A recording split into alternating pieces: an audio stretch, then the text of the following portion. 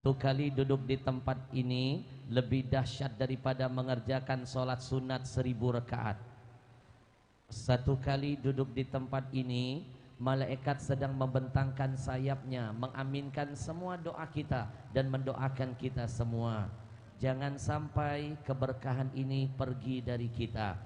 Saya mohon jaga semangat kebersamaan, hentikan urusan yang lain, kita sepenuhnya untuk Allah dan Rasul. Kalau saya nampak ada yang ngomong, jangan salahkan saya. 5 menit tausiah saya potong. Masih ngomong 10 menit, ngomong terus pulang saya. Deal. Tolong semua bantu saya. Kalau ada temannya ngajak ngomong, suruh tutup mulutnya. Kalau dia masih ngomong, suruh dia pulang saja. Jangan gara-gara dia hilang keberkahan majelis kita malam ini. Siap berikan yang terbaik buat Allah dan Rasul. Sambutlah salam penghormatan terindah dari hati yang paling dalam. Assalamualaikum warahmatullahi wabarakatuh.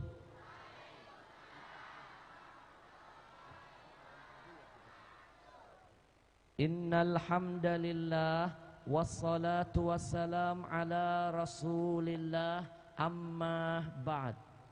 Yang pertama dan insya Allah selalu diutamakan dimanapun saya tampil, izinkan saya mengajak semua para jamaah malam ini untuk lebih dulu kita muliakan alim ulama, guru-guru kita yang hadir malam ini bersama kita.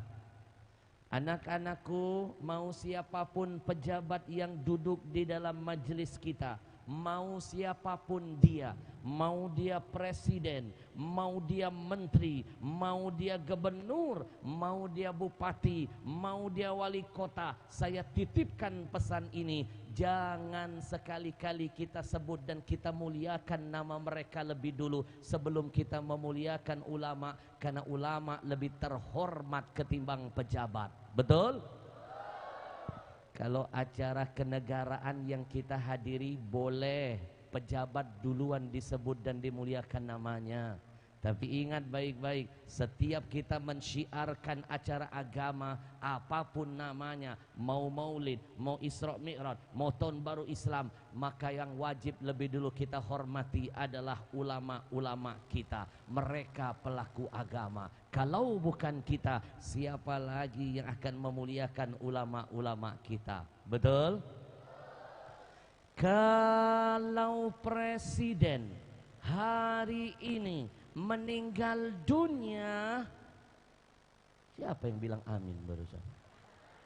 Hati-hati lo, radikal nanti dianggap. Bocah bilang amin, jadi tersangka nanti lah. Bocah kalau ngomong kadang-kadang suka bener ya. Kalau presiden malam ini meninggal, pegang omongan saya. Besok rebutan orang mau jadi penggantinya. Betul nggak? Tapi kalau malam ini ulama-ulama kita yang wafat 10 tahun, 20 tahun, 30 tahun ke depan, belum tentu ada yang bisa menggantikan mereka. Betul? Masih ingat gak dulu di Tasikmalaya kita punya ulama karismatik, Abah Anom namanya. Di Kalimantan Selatan ada Guru Jai. Di Solo Habib Anis Al-Habsyi. Dulu kita punya Habib Munzir Al-Musawah. Kiai Haji Zainuddin MZ. Sahabat saya UJ. Kiai Haji Muhammad Arifin Ilham. Kiai Haji Maimun Zubair. Kemarin di kampung saya Palembang beberapa hari yang lalu, seorang ulama besar wafat. Sahabat saya, saudara saya, sama-sama berjuang berdakwah. Kiai Haji Ahmad Taufik Hasnuri. Kalau ulama ini hari meninggal, 10 tahun yang akan datang belum tentu ada yang seperti mereka. Maka kalau ada ulama yang wafat, menangislah, bersedihlah. Yang tidak bersedih dengan wafatnya ulama hanya iblis and the gang. Cucu Nabi Abu Ja'far pernah berkata, Mautul alim ahabba ila iblis min mauti sab'ina abidan. Kalau ada seorang ulama wafat, iblis pesta pora, iblis gembira, iblis senang dan bahagia daripada wafatnya 70 ahli ibadah. Maka jangan bosan-bosan. Ayo kita doakan dulu guru-guru kita malam ini. Mohon maaf kalau saya tidak bisa menyebut satu persatu, tapi tidak mengurangi rasa ta'zim dan hormat saya untuk semuanya. Mohon diaminkan, kita doakan guru kita. Mudah-mudahan Allah panjangkan umurnya, Allah sehatkan badannya, Allah kuatkan imannya, Allah mantapkan istiqamahnya. Amin ya rabbal. Allahu akbar, Allahu akbar, Allahu semuanya. Allahu akbar, Allahu akbar, Allahu. Jangan malas-malas anak-anakku sayang untuk selalu bertakbir. Karena di antara manfaat takbir kalau dikemakan, itu akan langsung membuka pintu langit. Kalau makin kompak malam ini bertakbir, makin besar langit akan terbuka. Kalau langit sudah terbuka, hajat, niat, cita-cita, keinginan kita semua akan diijabah. Insya kita getarkan majelis malam ini dengan bertakbir kepada Allah. Kita buka langit seluas-luasnya. Anak-anakku, Nabi pernah jadi imam. Sahabat sholat di belakang jadi makmum. Begitu Nabi angkat takbir sayang, Allahu akbar, Nabi mendengar ada seorang sahabat di belakang membaca doa iftitah yang tidak diajarkan Nabi. Apa doanya? Allahu akbar kabira walhamdulillahi katsira sampai akhir. Selesai sholat Nabi penasaran pengen tahu siapa yang membaca doa itu. Lalu Nabi pun bertanya, Manil qail, manil qail, manil qail. Hei, siapa yang barusan membaca doa tadi? Ada seorang sahabat angkat tangan. Saya ya Rasul, saya ya Rasul, ana ya Rasul. Kalimat takbirmu, kata Nabi, tuftah abwabus sama, membuka pintu langit, berkah turun buat kita semuanya. Maka dari itu Abdullah bin Umar, sahabat yang lain, mendengar itu keluar dari mulut Nabi, dia bersumpah, demi Allah, gara-gara itu saya sampai tutup mata berjanji tidak akan mau meninggalkan doa yang satu itu selama hidup saya. Makanya jangan malas-malas bertakbir. Langit terbuka ketika takbir engkau teriakan Allahu akbar, Allahu akbar, Allahu akbar, Allahu akbar, Allah. Itu sebabnya kenapa Indonesia bisa merdeka lawan Belanda. Padahal peralatan perang kita cuma bambu runcing. Silakan cari ahli perang mana yang bisa menjamin bambu runcing bisa menang lawan meriam Belanda. Bukan meriam Belina. Kalau meriam Belina jangan pakai bambu runcing, Lamborghini. Tanyakan kepada Hotman Paris. Anak-anakku, Bung Tomo pernah berkata, aku tidak tahu bagaimana membangkitkan semangat para pejuang. Ulama dengan umatnya, kiai dengan santrinya berani mati mengusir Belanda kalau bukan karena bantuan kalimat takbir. Begitu takbir mereka teriakan, Belanda terasa kecil. Begitu takbir mereka kumandangkan, setiap langkah mereka diridhoi oleh Allah. Langit sudah terbuka dengan takbirnya, maka itu Allah kasih pertolongan. Alhamdulillah. Allahu akbar, Allahu akbar, Allahu. Izinkan saya berterima kasih kepada semua yang terlibat dalam mensukseskan acara malam ini. Wabil khusus untuk keluarga besar masjid. Ya itu maksudnya. semua donatur, semua panitia, semua laskar, bahkan semua yang malam ini sudah mensyiarkan dan menghadirinya. Mudah-mudahan setiap tetes keringat kita, kedipan mata kita, hembusan napas kita, langkah kaki kita, semuanya insya Allah dicatat ibadah nanti di sisi Allah. Amin ya Rabbal. Bapak Ibu yang dimuliakan Allah, malam ini walaupun saya dalam kondisi serak, ini ngomong sambil nahan rasa sakit. Kemarin Patal suaranya benar-benar serak. Ustadz juga manusia. Maaf kalau nanti tidak bisa maksimal karena terlalu capek, kurang istirahat, suara jadi korban. Apalagi Ramadan anak-anakku. Ramadan kalau kalian mau tahu, saking sibuknya saya nggak makan siang.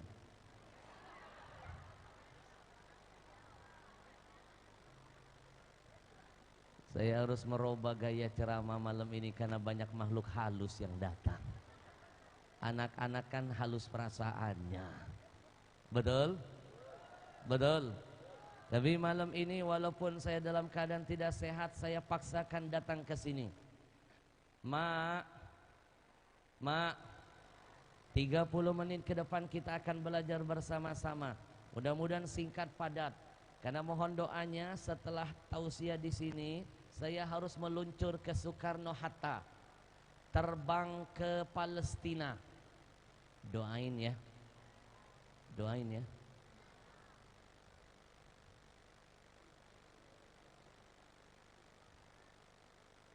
Ada iklan ya. Mak, tolong doanya dari sini saya terbang ke Qatar. Dari Qatar transit langsung ke Jordan. Dari Jordan besok pagi saya tiba masuk ke Palestina. Mohon doanya biar diberikan kelancaran dan kemudahan. Pesawat saya malam ini take off jam 12 malam. Maka setengah 11 saya paling lambat sudah ada di Cengkareng Soekarno-Hatta. Saya diundang resmi oleh undangan kenegaraannya. Insya Allah meeting dengan Menteri Agama Palestina. Doain, kalau Menteri Agama Palestina ngajak meeting, saya mau. Tapi kalau Menteri Ono, ogah. Ogah saya. Mak, baru dilantik jadi menteri langsung bikin gaduh. Betul? Itu cermin orang bodoh. Orang pintar itu mikir dulu baru berbuat. Orang bodoh berbuat dulu baru mikir. Akhirnya sikap dan perbuatannya menciptakan kegaduhan. Betul? Harusnya dia menenangkan. Sekarang sudah tenang loh. Tidak ada istilah 0102. Sekarang sudah membaur menjadi 03. Persatuan Indonesia. Takbir. Ngucuk-ngucuk datang makhluk baru. Langsung bilang cadar radikal, cingkrang radikal. Masya Allah, gaduh lagi. Ya Allah, inilah orang bodoh Pak. Maaf, giliran orang buka aurat pakai rok mini, kita bilang porno, mereka menjawab itu rok mini bukan porno, dasar otak lo yang porno. Kalau begitu kita balas dia. Hei Pak Menteri, cadar dan cingkrang bukan radikal, dasar otak lo yang radikal. Betul? Betul. Tapi kan Habib Al-Habsyi kemarin kan yang ngebom itu kan pakai cadar. Proses oknumnya jangan jelekan simbolnya. Betul? Nih kalau begitu saya berani juga ngomong polisi bubarkan, tidak perlu kita di negeri ini. Kenapa? Polisi kemarin menembak mahasiswa. Yang diproses harusnya oknumnya bukan polisinya. Kalau ada tentara yang nggak benar, bukan TNI-nya, tapi oknumnya. Kalau ada orang Islam, orang Muslim bikin gaduh, bukan Islamnya, tapi oknumnya. Kalau ada yang pakai cadar jadi teroris, bukan cadarnya, tapi oknumnya. Betul? Proses tangkap, selidiki oknumnya, jangan hina simbolnya. Betul? Betul? Nih, sama halnya nih, mak-mak pasti nggak suka tikus di rumah kan? Gerem kan? Pakaian hilang, makanan dimakan, kotorannya berantakan, rumah dirusak. Mak kesel dengan tikus di rumah, mak marah, mak pengen bunuh tikus di rumah. Tapi yang mak lakukan adalah rumah mak bakar. Cakep. Tikus hijrah ke rumah tetangga, emak-emak jadi gelandangan. Inilah yang terjadi di negeri ini. Banyak orang-orang dungu. Dan yang terbaru kemarin ada nenek lampir. Tahu nenek lampir? Busuk, busuk, busuk, bikin gaduh lagi. Dia bandingkan Soekarno dengan Nabi Muhammad. Orang goblok. Betul? Itu sama saja ngebandingin coklat sama tai ayam. Betul? Betul? Kalau mau ngebandingin Soekarno, bandingkan dengan presiden negara lain. Soekarno sendiri mengatakan Nabi itu adalah orang besar. Anaknya busuk. Orang begini Pak, satu kali didiamin, dua kali didiamin, jadi ancaman tuh. Makanya jangan diem, mulai sekarang kasih pelajaran sama nenek-nenek begini. Betul? Betul. Itu makanya kalau orang gak punya agama, jangan-jangan gak bisa ngaji model begini. Enak aja dia ngomong Nabi. Nabi dibandingin sama Soekarno, penghinaan. Untung dia hidup zaman sekarang. Demi Allah kalau dia hidup zaman Abu Bakar Siddiq, orang begini sudah hilang lehernya Pak. Saya teringat dulu ketika zaman Khalifah Abu Bakar Siddiq, waktu itu sedang krisis zakat. Banyak orang-orang munafik tidak mau menunaikan zakat. Umar menyuruh utusan menagih zakat. Akhirnya masih nggak mau bayar. Disuruh lagi sahabat yang lain, nggak mau bayar. Disuruh sahabat yang lain, nggak mau bayar. Dulu belum ada orang Ambon, jadi nggak bisa disuruh nagih. Akhirnya akhirnya Abu Bakar Siddiq geleng kepala. Kalau begitu saya coba untuk menagih zakat. Saya akan utus Khalid bin Walid. Siapa yang gak kenal nama besarnya? Orang yang paling disegani kalau sudah turun tangan.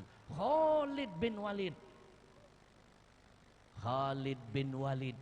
Akhirnya Khalid bin Walid datang menagih orang-orang yang gak mau bayar zakat. Kata Khalid, Mas, kalau bahasa kita kira-kira begini, Mas, bayarlah zakat.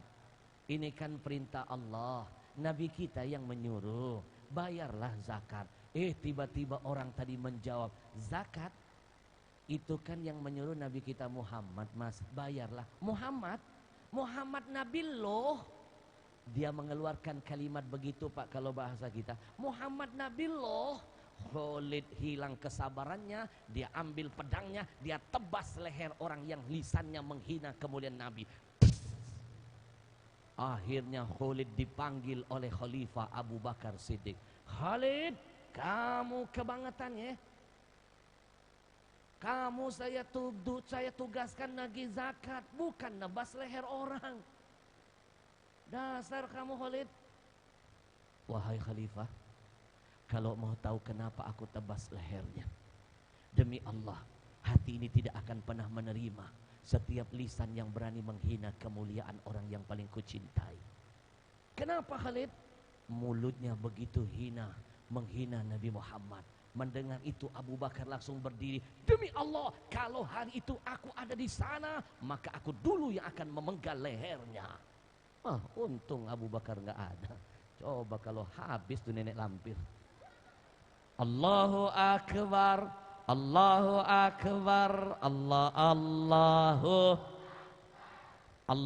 Akbar, Allahu Akbar, Allahu La yu'minu ahadukum hatta akuna ahabba ilaihi. Kata Nabi, tidak sempurna imanmu sampai kalian betul-betul bisa memantapkan cinta kalian kepadaku melebihi cinta kepada anak-anak kalian. Min waladihi wa walidihi wan nasi ajmain. Melebihi rasa cinta kepada anak-anak kalian, melebihi rasa cinta kepada orang tua kalian, melebihi rasa cinta kepada seluruh manusia yang ada.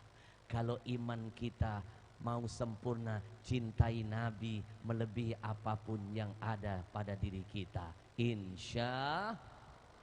Dan saya yakin, seyakin-yakinnya yang malam ini sudah duduk di majelis maulid, yang mengorbankan acara duniawinya, memilih duduk di taman syurga ini semata-mata karena ingin mensyiarkan maulid Nabi. Saya yakin, seyakin-yakinnya inilah wajah-wajah para pecinta Nabi. Alhamdulillah.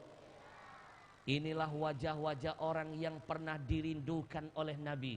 Anak-anakku sayang, dulu Nabi pernah menangis sayang. Bakar Rasul sallallahu alaihi wasallam yauman. Satu saat Nabi pernah menangis, menangis sejadi-jadinya sampai sahabat bertanya. Faqalu, sahabat bertanya, ma yabkika ya Rasulullah. Wahai Rasul, wahai Rasul, apa yang sudah membuat engkau menangis ya Rasul? Gerangan apa itu ya Rasul? Kenapa engkau menangis begitu dahsyat? Nabi menjawab, ishtaqtu bi ahbabi. Aku menangis karena aku sedang rindu, aku sedang kangen, aku sedang rindu kepada kekasihku, kata Nabi. Makanya aku menangis. Mak tahu nggak puncak kerinduan itu? Itu air mata akan keluar dengan sendirinya. Kalau sudah nangis itu rindunya super dahsyat. Betul? Betul. Anak-anakku, Nabi menangis karena merindukan kekasihnya. Lalu sahabat bingung bertanya, alasna bi ahbabik, wahai Rasul, bukankah kami semua adalah kekasihmu? Kata Nabi, la, bukan. Antum ashabi, kalian semua adalah sahabatku. Lalu siapa ya Rasul kekasihmu yang kau rindukan itu, yang kau tangisi karena saking kangennya? Nabi menjawab, amma ahbabi. Kalau kalian mau tahu siapa orang-orang yang aku anggap kekasihku, ya aku saat ini kurindukan dia, aku kangen dengannya. Mereka adalah fakaumun, kata Nabi, merekalah adalah satu kaum. Ya'tuna min ba'di, dia akan datang setelah zamanku. Yu'minu Nabi, mereka beriman kepadaku. Walam yarauni, padahal mereka tidak pernah lihat aku. Siapa yang Nabi rindukan, yang Nabi tangisi, yang Nabi kangeni? Mereka adalah wajah-wajah mulia yang hari ini ada di hadapan saya. Inilah kekasih-kekasih Nabi. Yang kita nggak pernah hidup di zaman Nabi, kita nggak pernah tinggal bersama Nabi. Tapi satu hal malam ini ingin saya sampaikan dari hati paling dalam, bersyukurlah kepada Allah. Allah pilih kita menjadi orang-orang yang mencintai dan beriman kepada Nabi. Itu nikmat dahsyat dari Allah. Allahu Akbar, Allahu Akbar, Allahu Akbar, Allahu Akbar, Allah. Jangan malas-malas bertakbir, karena manfaat kedua kalau takbir kita kumandangkan malam ini, mak-mak setan di sekitar kita lari. Kata Nabi, kalau takbir diteriakan setan-setan lari. Sangkin takutnya dengar takbir, setan akan lari terbirit-birit sampai kentut-kentut. Bocah, ternyata setan juga jago kentut, you know. Makanya mohon maaf, saya bangga jadi warga DKI. Sekali lagi saya bangga jadi warga DKI. Maaf, ini masuk Jakarta apa? Jakarta Barat. Saya bangga jadi warga DKI. Di antara yang saya banggakan, gubernur kita orangnya soleh. Alhamdulillah, satu-satunya dalam sejarah DKI gubernur yang paling dahsyat, memeriahkan, mensyiarkan, menghormati datangnya tahun baru Islam. Gubernur-gubernur sebelumnya tahun baru Islam dianggap sebelah mata, giliran tahun Masehi jor-joran dimeriahkannya. Mimpi wargamu akan cinta kepada agamanya kalau simbol agama tidak disyiarkan. Betul? Tapi lihat Anies Baswedan, tahun baru Hijriah dia ajak warganya sholat berjamaah. Tidak ada masjid yang sanggup menampungnya, makanya sholat di jalan raya. Puluhan juta sholat, jutaan warga sholat berjamaah. Sholawat dikumandangkan, zikir diteriakan, suara takbir digemakan, suara tausiah ustadz-ustadz dipergilirkan. Bapak ibu mau tahu nggak efeknya apa? Gara-gara itu sekarang setan-setan di Jakarta pada kepanasan. Mereka sepakat ingin pindah ibu kota.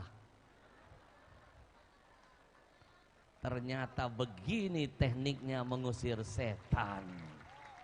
Allahu Akbar, Allahu Akbar, Allahu Akbar, Allahu Akbar, Allahu. Malam ini kita memeriahkan Maulid, bukan hanya bicara tentang lahirnya Nabi, tapi bicara tentang semua yang pernah keluar dari mulut Nabi, bicara tentang semua apa yang dilakukan oleh Nabi, bicara tentang apa yang dilihat oleh Nabi. Nabi enggak ngomong, Nabi enggak melakukan, tapi Nabi melihat itu dikerjakan oleh para sahabat. Ini pun jadi dalil untuk kita ke depan. Insya Allah. Saya lihat malam ini yang rame datang kayaknya makhluk-makhluk halus. Sebelah sini mak-mak, di sono mak-mak, di belakang mak-mak, di sini mak-mak, di depan cuma dikasih ruang sedikit. Nampak betul malam ini kita laki-laki seperti kaum tertindas. Lagi-lagi tanda-tanda kiamat nampak di depan saya malam ini. Jumlah wanita mengalahkan jumlah laki-laki. Itu salah satu tanda kiamat sudah dekat. Mak, karena yang malam ini datang lebih banyak emak-emak, izinkan saya yang pertama menitipkan pesan dulu buat mereka. Karena saya sayang dan cinta kepada emak-emak yang soleha yang malam ini datang. Saya enggak rela kalau mereka berujung tempatnya ke neraka. Karena Nabi pernah bersabda di hadapan para sahabatnya, Ittola'tu finnar. Kata Nabi, aku pernah diangkat naik ke neraka. Fara'aitu, lalu aku diperlihatkan tentang neraka dengan segala kedahsyatan hukuman dan azabnya. Fara'aitu, aku lihat di dalamnya, kata Nabi, aktsara fihan nisa, yang lebih banyak menghuni neraka adalah the power of mak-mak. Ternyata yang lebih banyak menghuni neraka mak-mak, Pak. Aman kita, Pak. Ada yang mewakili. Ternyata yang lebih banyak menghuni neraka itu adalah mak-mak, awewe, istri-istri. Sahabat bertanya, ya Rasul, kenapa istri-istri, mak-mak, awewe, perempuan lebih banyak menghuni neraka? Apa salah mereka itu ya Rasul? Apa salahnya? Kata Nabi, salahnya ada dua. Dalam satu riwayat Nabi sampaikan itu. Malam ini saya bocorkan, ini jadi senjata biar mak hati-hati menjauhi dua perkara ini. Mak, kenapa keringetan semua nih? Kayaknya bedak pada luntur. Baru saya keluarkan satu hadis, udah luntur bedak mak-mak, udah takut masuk neraka. Mak yang saya sampaikan itu adalah insya Allah nggak termasuk di sini. Saya yakin dan saya berani menyampaikan ini karena saya percaya yang ada di depan saya emak-emak orang-orang baik semuanya. Mana mungkin emak-emak yang ahli maksiat mau duduk di tempat yang baik, mana mungkin. Kalau perempuan yang gak soleha bukan di sini tempatnya. Kalaupun dia terpaksa duduk di tempat yang baik, mendengarkan kebaikan, memandang orang-orang baik, lihat duduknya gelisah, panas pantatnya. seperti burung dalam sangkar, gelisah dia, tersiksa dia. Makanya lihat dari tadi nggak ada yang tersiksa. Masya Allah, tenang, tenang. Inilah orang-orang beriman. Karena orang beriman itu kalau duduk di tempat yang baik, makin lama makin nyaman. Kalau mendengar kebaikan, makin lama makin bahagia. Memandang orang-orang baik, makin lama makin tenang. Ini wajah-wajah emak-emak yang tinggi imannya. Sangkin tingginya, tenang bagaikan ikan di dalam air. Sangkin tenangnya, ada yang duduk di pojok. Tidur rupanya dia. Khusyuk rupanya. Allahu Akbar, Allahu Akbar, Allahu Akbar, Allahu Akbar, Allah. Yang membuat wanita lebih banyak penghuni neraka, kata Nabi dalam satu riwayat lain, ada 2 kesalahannya. Simak mak-mak, catat, dengerin. Yang pertama kata Nabi, tukthirna syaka.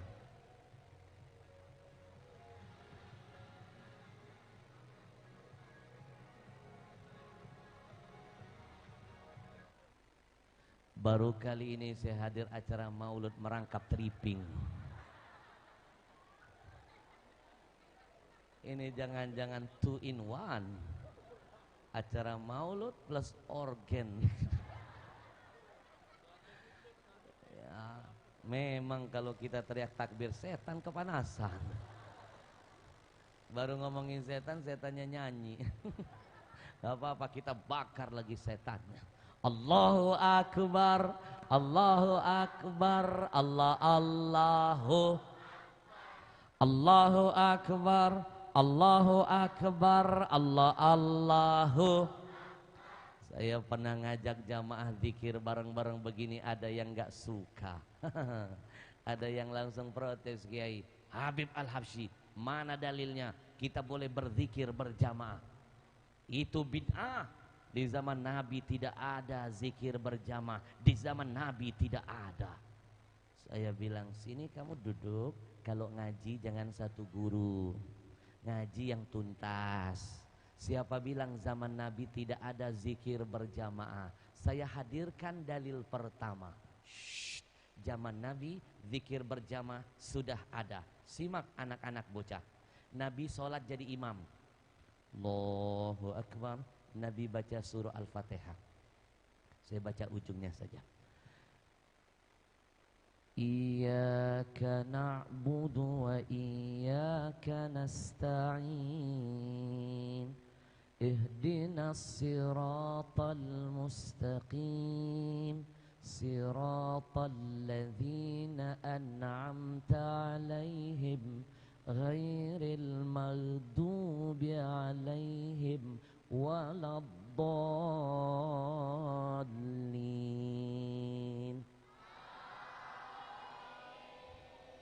Saya mau tanya, amin itu zikir bukan? Dibaca sahabat berjamaah enggak? Zaman Nabi sudah ada zikir berjamaah. Saya enggak menemukan riwayat hadis Nabi jadi imam, sahabat jawab amin, enggak bareng. Sop pertama jawab duluan, sop kedua nyusul, sop ketiga belakangan. Kapan kelar sholatnya? Betul? Betul? Masih enggak puas saya datangkan dalil pertama, saya tambah dalil kedua. Zaman Nabi zikir sudah ada yang berjamaah. Kalau masih ada yang bilang tidak ada dalilnya, berarti dia enggak tuntas ngajinya. Saya hadirkan dalil kedua.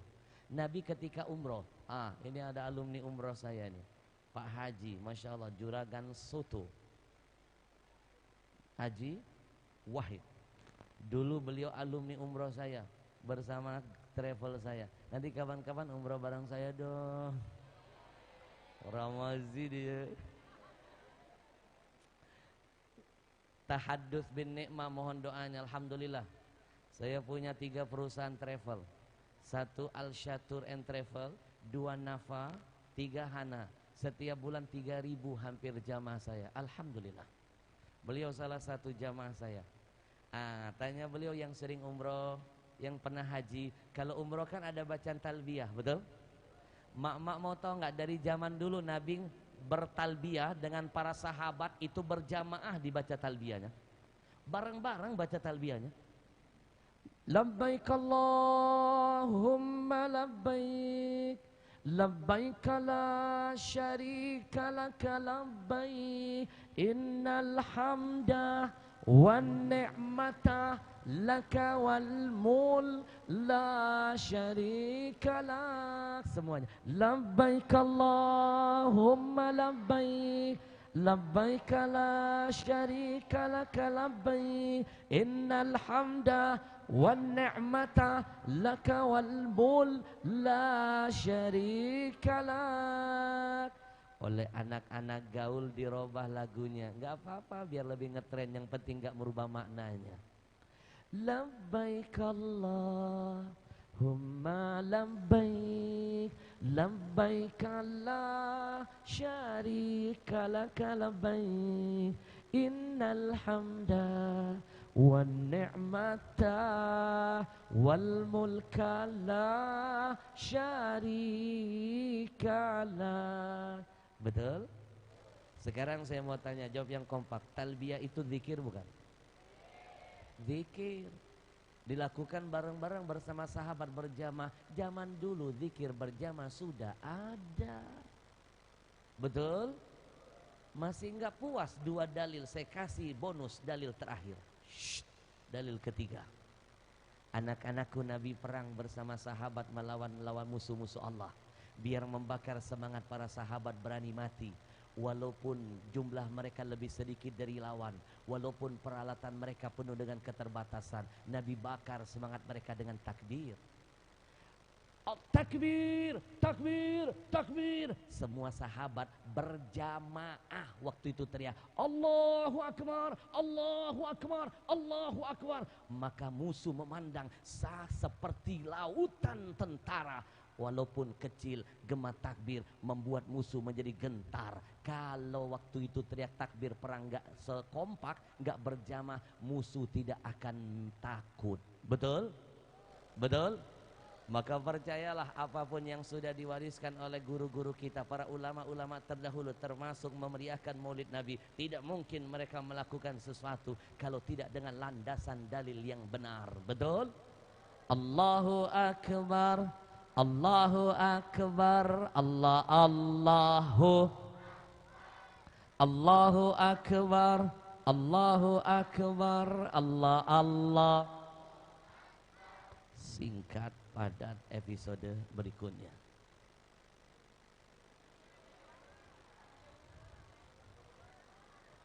Kenapa setiap saya lihat jam tangan saya, emak-emak pada risih?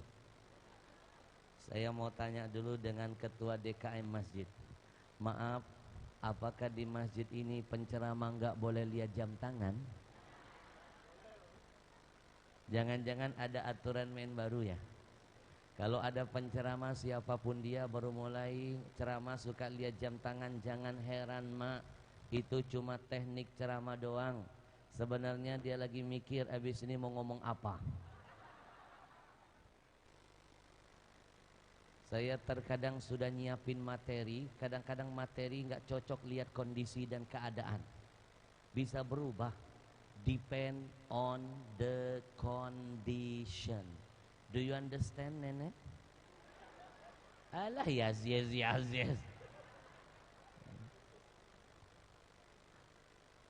Mak,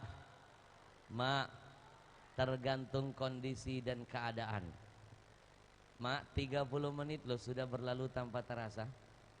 Masih mau lanjut? Lanjut. Lebih dari 30 menit sudah berlalu, masih mau terus? Setengah jam lagi sanggup? Ini jawaban orang-orang baik. 1 jam lagi masih tahan? Ini masih kategori orang baik. 2 jam lagi masih sanggup? Ini mulai masuk orang zolim. Orang lagi sakit disuruh 2 jam. Zolim namanya. Bisa-bisa saya ditinggalin pesawat. Mak, tadi saya bilang yang banyak di neraka itu adalah mak-mak. Kenapa mereka lebih banyak masuk neraka? Ada 2 kesalahannya. Yang pertama, tukthirna syaka. Tukthirna syaka. Dia adalah istri-istri, adalah wanita-wanita yang gampang mengeluh. Dikit-dikit ngomel, dikit-dikit ngomel, nggak mudah sabaran. Dikasih suami uang bulan dikit, uang bulan yang sedikit, ngoceh sekaset, ngambeknya sebulan. Di tempat lain, kalau di sini mah nampak wajah-wajah calon penghuni surga. Beda, ahli neraka sama ahli surga itu beda. Ahli neraka itu mukanya saja nggak enak dilihat, kayak busuk, muka kayak naik lampir. Kalau ahli surga kelihatan nih wajahnya bercahaya semua. Emak-emak itu bercahaya loh wajahnya. Pakai bedak apa sih?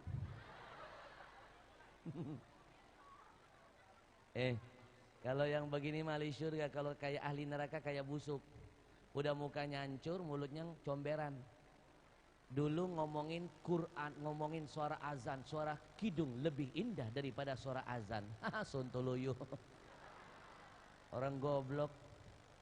Kalau bikin perbandingan, suara kidung lebih baik daripada suara dangdut, masuk akal. Suara kidung lebih baik daripada musik barat, bener. Suara kidung dibandingin dengan suara azan. Buka surah Fussilat ayat 33. Betul? Ada ucapan yang lebih baik daripada ucapan yang mengajak kepada Allah. Ahsanu qawlan mimman da'a ilallah. Kalimat azan itu kalimat yang memanggil menghadap Allah. Tidak ada kalimat yang lebih indah kecuali kalimat azan. Kalau dipretel satu persatu tidak akan selesai sampai besok. Alamat nanti saya ketinggalan pesawat. Nanti lain waktu. Mak, cadar konde dibandingi dengan cadar ya. Waktu itu konde sama cadar kan. Ya ile, mentang-mentang dia pakai konde. Konde dibandingi dengan jilbab. Ya Allah, bilang aja dia nggak pakai jilbab, dia pakai konde, makanya dia bilang konde. Dasar busuk. Nenek lampir. Betul? Sekarang bikin ulah Nabi Muhammad dibandingin sama Soekarno.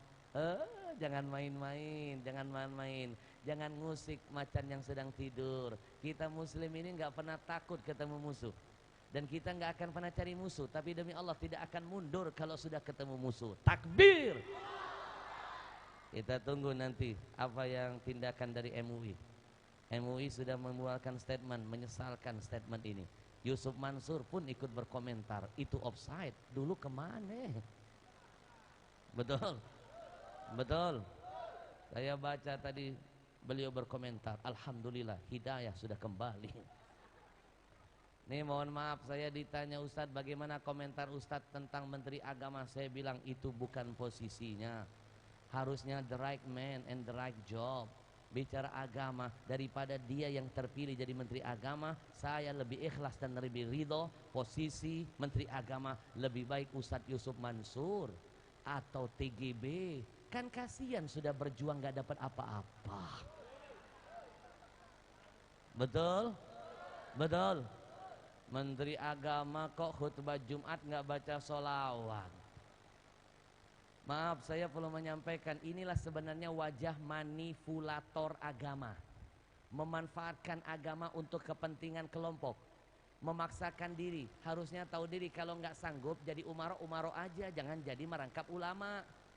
Ngambil panggung khotib, akhirnya yang tercoreng nama Indonesia, bukan nama dia, Indonesia. Kenapa saya sampaikan ini? Yang sholat Jumat di Istiqlal, duta-duta besar negara-negara Islam, begitu melihat menteri model begini, yang buruk dan tercoreng nama besar Indonesia semuanya. Betul? Pak, menurut Imam Syafi'i kalau khutbah nggak pakai sholawat, itu berarti nggak sah sholatnya. Seluruh yang sholat di Istiqlal kemarin tidak diterima Jumatnya, yang nanggung jawab adalah Pak Menteri. Mereka harus mengkodok dengan sholat duhur semuanya. Na'udzubillah, gara-gara kebodohan satu orang menghilangkan keberkahan yang lainnya. Betul? Udah Pak Menteri urusin aja Departemen Agama. Yang nggak becus hajinya, waiting listnya terlalu lama, korupsinya di mana-mana, menterinya ujung-ujungnya sekolah di pesantren KPK. Urusin dulu yang lain lebih penting, betul? Nggak usah ngurusin cadar, nggak usah ngurusin cingkrang, urusin bagian dalam organisasimu sebelum engkau mengurusi yang di luar. Tapi yang begini kita doakan, mudah-mudahan dapat hidayah, amin. Ya Rabbal, Allahu Akbar, Allahu Akbar, Allahu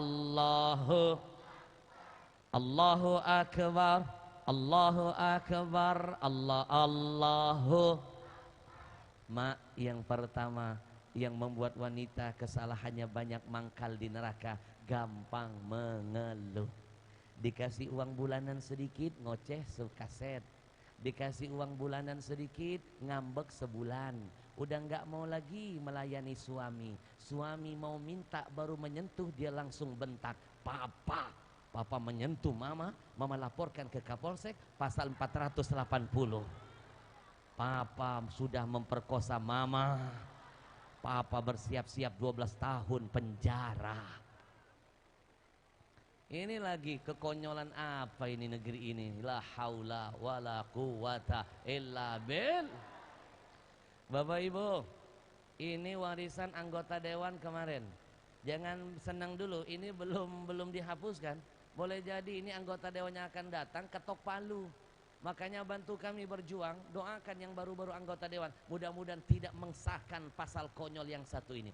Masa zina haram pidananya 6 bulan. Istri halal, kalau nggak hati-hati 12 tahun. Nalarnya gimana, brother? Nih saya ulangin.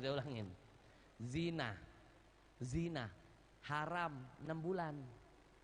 Istri halal, terancam 12 tahun. La haula wala quwata illa billah. Mak-mak tahu nggak yang saya takutkan? Ini pasal nanti disalahgunakan wanita-wanita yang nggak soleha, wanita-wanita yang sibuk berkarir, melupakan tanggung jawab kepada suami dan anak-anaknya. Wanita yang sibuk meeting, padahal bekerja untuk wanita bukanlah yang wajib. Yang lebih mulia ngurusin anak, ngurusin laki. Nih mak-mak dengerin ye, mak, gak usah nunduk-nunduk, angkat kepala. Mak, dulu ada sekelompok mak-mak demo di depan Nabi. Iya Rasul, iya kata Nabi, iya Rasul, izinkan kami mak-mak ikut perang bersamamu di medan perang melawan musuh-musuh Allah. Enak aja, yang boleh cuma sahabat laki-laki doang. Mereka nanti kalau terbunuh mati syahid, mereka langsung masuk surga tanpa dihisap. Enak banget yang jadi laki-laki. Kami nggak merasakan mati syahid dong. Kami kepengen ya Rasul, jelek-jelek begini kami juara 1 lempar piring tercepat. Sampai sekarang mereka masih juara umum bang. Jelek-jelek begini kami urusan jambak-jambakan paling ditakuti. Urusan cakar-mencakar kuku kami siapkan. Urusan mengking teriak kamilah paling nyaring. Izinkan kami ya Rasul berperang juga. Kata Nabi, kalau kalian pengen dapat pahala jihad, bahkan lebih dahsyat dari jihad, pulanglah ke rumah. Loh kok pulang ya Rasul? Urusin anak istri, urusin urusan rumah tanggamu, urusin anak-anakmu, berikan yang terbaik pelayanan buat suamimu. Pahalanya lebih dahsyat daripada berjihad di medan perang. Subhan Allahu Akbar, Allahu Akbar, Allahu. Mak, yang saya takutkan pasal ini buat mak-mak yang gak soleha. Kalau mak-mak yang ada di depan saya ini mah saya gak khawatir. Ini mah kelihatan wajah-wajah yang gak akan takut diperkosa suami. Ini kayaknya wajah-wajah radikal. Ini yang wajah-wajah memperkosa suami. Betul? Yang saya takutkan wanita yang gak soleha, Pak. Ayo sekali lagi nih saya ulangi ya. Ayo saya ulangi, dengar baik-baik. Zina itu haram. Pidananya berapa? 6 bulan. Istri itu halal. Kalau pasal ini dipakai bisa berujung buat suami 12 tahun. Kalau begini Pak, bahaya, kita terancam keselamatan kita. Nanti boleh jadi ada cerita model begini. Ada seorang wanita karir, sibuk meeting, sibuk bekerja. Pulang dari meeting jam 12 malam. Nyampe ke rumah, suaminya lagi tegangan tinggi, rindu membara, kepengen minta jatah, sudah siap di atas ranjang dengan serangan mendadaknya. Tiba-tiba istri yang gak soleha berkata, Papa sentuh mama. Mama laporkan ke Kapolsek, pasal 480 dengan tuduhan memperkosa istri. Papa akan 12 tahun di penjara. Mendengar kata 12 tahun, gemetar tangan suaminya, hilang nafsunya. Akhirnya dia pakai lagi bajunya, dia pakai lagi celananya, dia ambil minyak wangi. Shhh. Istrinya bingung, Papa mau kemana? Mama, Papa mau main ke tetangga sebelah. Kenapa? Di sebelah cuma 6 bulan mama. Ayo Bapak Ibu mikir gak? Ini pasal akan menjadi penyubur perzinahan. Bisnis zina nanti makin subur. Zina makin merajalela. Zina jadi alternatif. Lelaki suami-suami yang gak dapat jatah, dia berpikir mendingan gua zina cuma 6 bulan daripada minta jatah yang halal nggak dikasih-kasih. Betul? Lama-lama di negeri ini zina. Akhirnya bencana terus datang buat Indonesia. Kelar kita semuanya. Mak, jangan lupa teori bencana. Kalau sudah Allah turunkan al-bala ya'um. Kalau Allah marah, Allah murka, Allah hadirkan bencana, hukumnya merata. Yang baik kena, yang buruk apalagi. Lihat kasus banjir yang pernah melanda Jakarta. Rumah Ustadz banjir, rumah Jablay tenggelam. Merata kita. Rumah saya pun banjir sampai segini waktu itu. Rumah saya sampai segini loh. Komplek Kampung Duku, komplek BHP.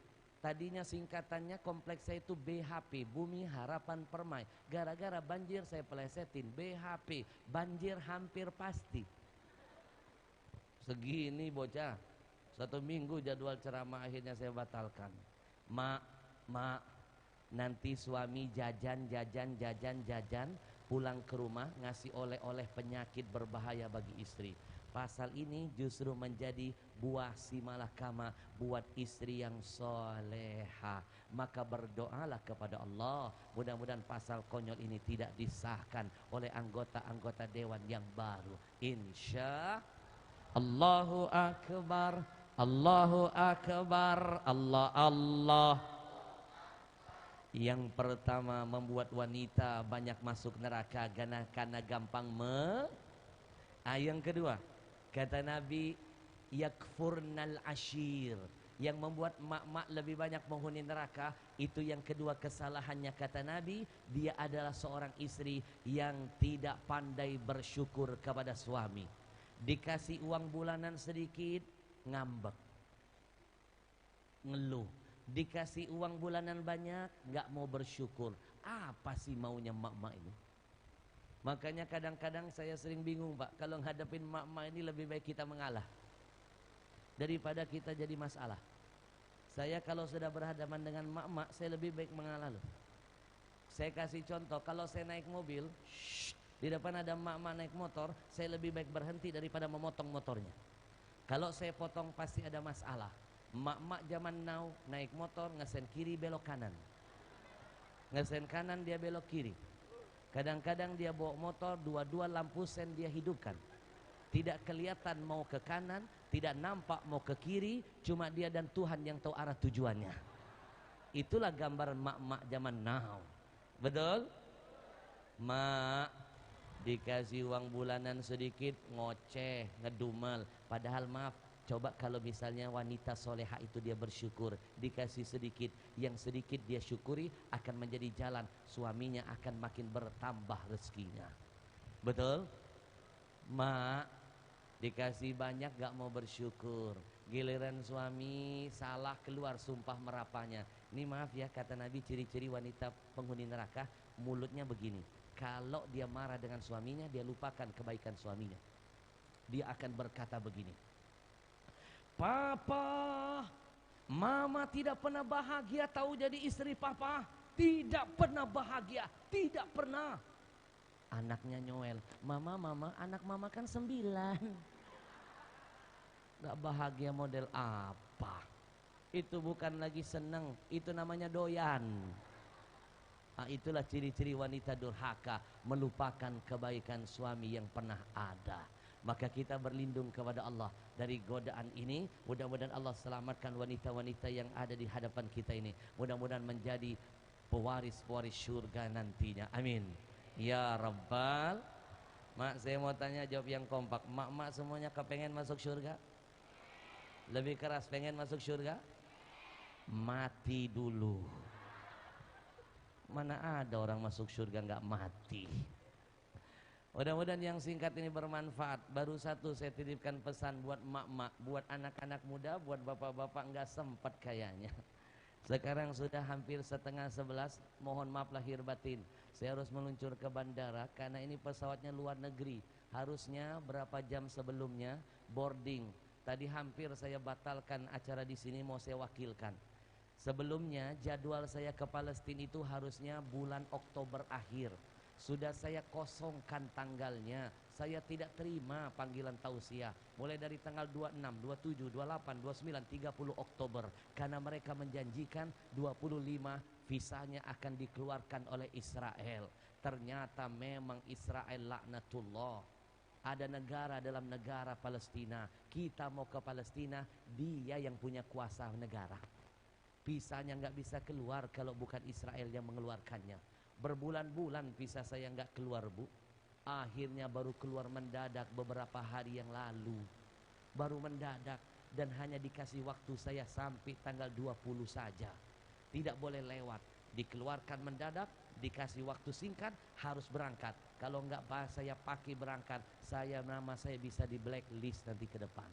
Makanya dengan berat hati, besok sampai beberapa hari ke depan ada 10 jadwal lebih yang akhirnya saya batalkan dan saya gantikan. Untung hari ini masih saya sempatkan datang. Maka mohon maaf walaupun sebentar. Insya Allah saya datang lagi di lain kesempatan. Kalau boleh jujur, yang baru saya ceramahkan masih kategori pembukaan. Itu pun mak baru pembukaan 1. Masih ada pembukaan 9. Tapi inilah namanya teknik ceramah.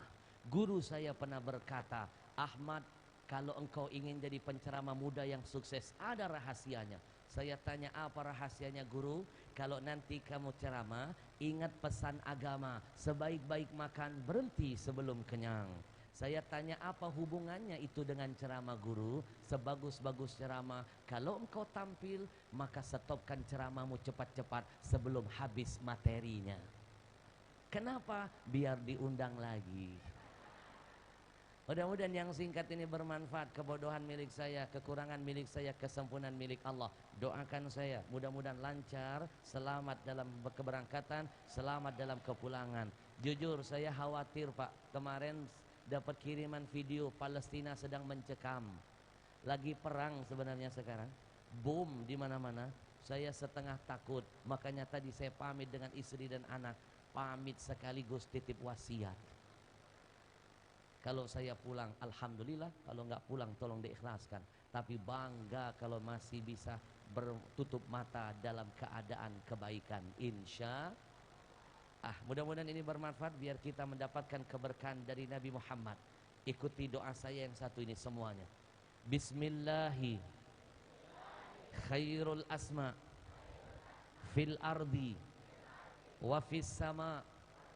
Bismillahilladzi la yadurru ma'asmihi syai'un fil ardi wala fis sama wa huwa sami'un alim. Allahumma salli ala sayyidina Muhammadin sahibul mu'jizat salatan wa salaman taqdilana jami'al hajat. Allahumma salli ala sayyidina Muhammadin Nabiyir rahmah salatan wa salaman taj'aluna bihusnil khatimah. Allahumma salli ala sayyidina Muhammadin sayyidil mursalin salatan wa salaman taj'aluna min ibadikas salihin walhamdulillahi rabbil. Bapak Ibu, biar silaturahim kita nggak terhenti di sini. Mau nggak saya bikinin grup kajian WhatsApp bersama saya? Mau? Saya kasih nomornya, nanti catat, tolong WA kan, cukup bilang Masjid Jami Sirodul Huda. Cukup bilang itu, nanti saya bikin grup siaran baru. Tapi bukan grup WhatsApp kayak biasa, antar grup bisa ngobrol. Banyak berantemnya. Kadang-kadang suka ngirim yang gak manfaat. Izinkan saya bikin grup khusus. Satu grup hanya 200 orang lebih. Nanti grup ini ya, yang cepat daftar saya bikin grup. Nanti saya setiap kali saya baca Quran, baca hadis, dapat ilmu apapun saya share. Rekaman-rekaman tausiah saya kirimkan. Dan nomor ini jadikan forum kita diskusi. Kalau ada yang mau bertanya tentang hukum agama, silakan WA-kan nomor ini. Nanti saya jawab lewat ketikan. Kalau nggak cukup, lewat suara. Nggak cukup lagi, saya bikinkan video singkat. Nanti videonya disebar di seluruh medsos. Yang bertanya pun akan panen pahala dari Allah. Kita jadikan handphone, pulsa, kota, jalan meraih berkah dari Allah. Mau? Mau? Saya kasih nomornya, catat. Tapi no miss call, no video call. Hanya WA saja. Karena tadi malam jam 3 subuh masih ada nenek-nenek ngajak video call. Kan apa saya, Pak? Saya kasih nomornya, catat. Mau nomor handphone apa nomor rekening? Ah, enak aja nomor PIN ATM katanya. Mak, nanti kalau sudah dikirim, saya bikin grup bonus pertama. Saya kirim link film layar lebar dakwah pertama saya. Keren filmnya, ada 4 episode. Nonton ya, ajak anak-anaknya. Pasti nangis anak-anaknya. Makin sayang nanti dengan orang tua. Nontonnya nggak cukup bawa tisu, bawa kanebo. Tapi janji ya, kalau saya kasih linknya gratis, setelah nonton jangan lupa subscribe, like and share. Betul? Saya kasih nomornya 0852 0852. Sudah? Cukup bagi yang sudah? Katanya sudah. 0852 9490 9490. Gampang kan? 0852 9490 9490. Enak kan? 0852 9490 9490. WA kan, nanti segera saya bikin grupnya. Insya Allah banyak manfaatnya. Amin. Baik, titip salam untuk semua keluarganya. Mohon maaf lahir batin. Jangan beranjak dulu. Insya Allah masih banyak guru-guru kita yang lain yang akan memberikan tausiah. Anak-anakku duduk yang manis. Masih banyak pesan-pesan indah dari guru-guru kita setelah ini. Baik, titip salam untuk semua keluarganya. Assalamualaikum warahmatullahi wabarakatuh.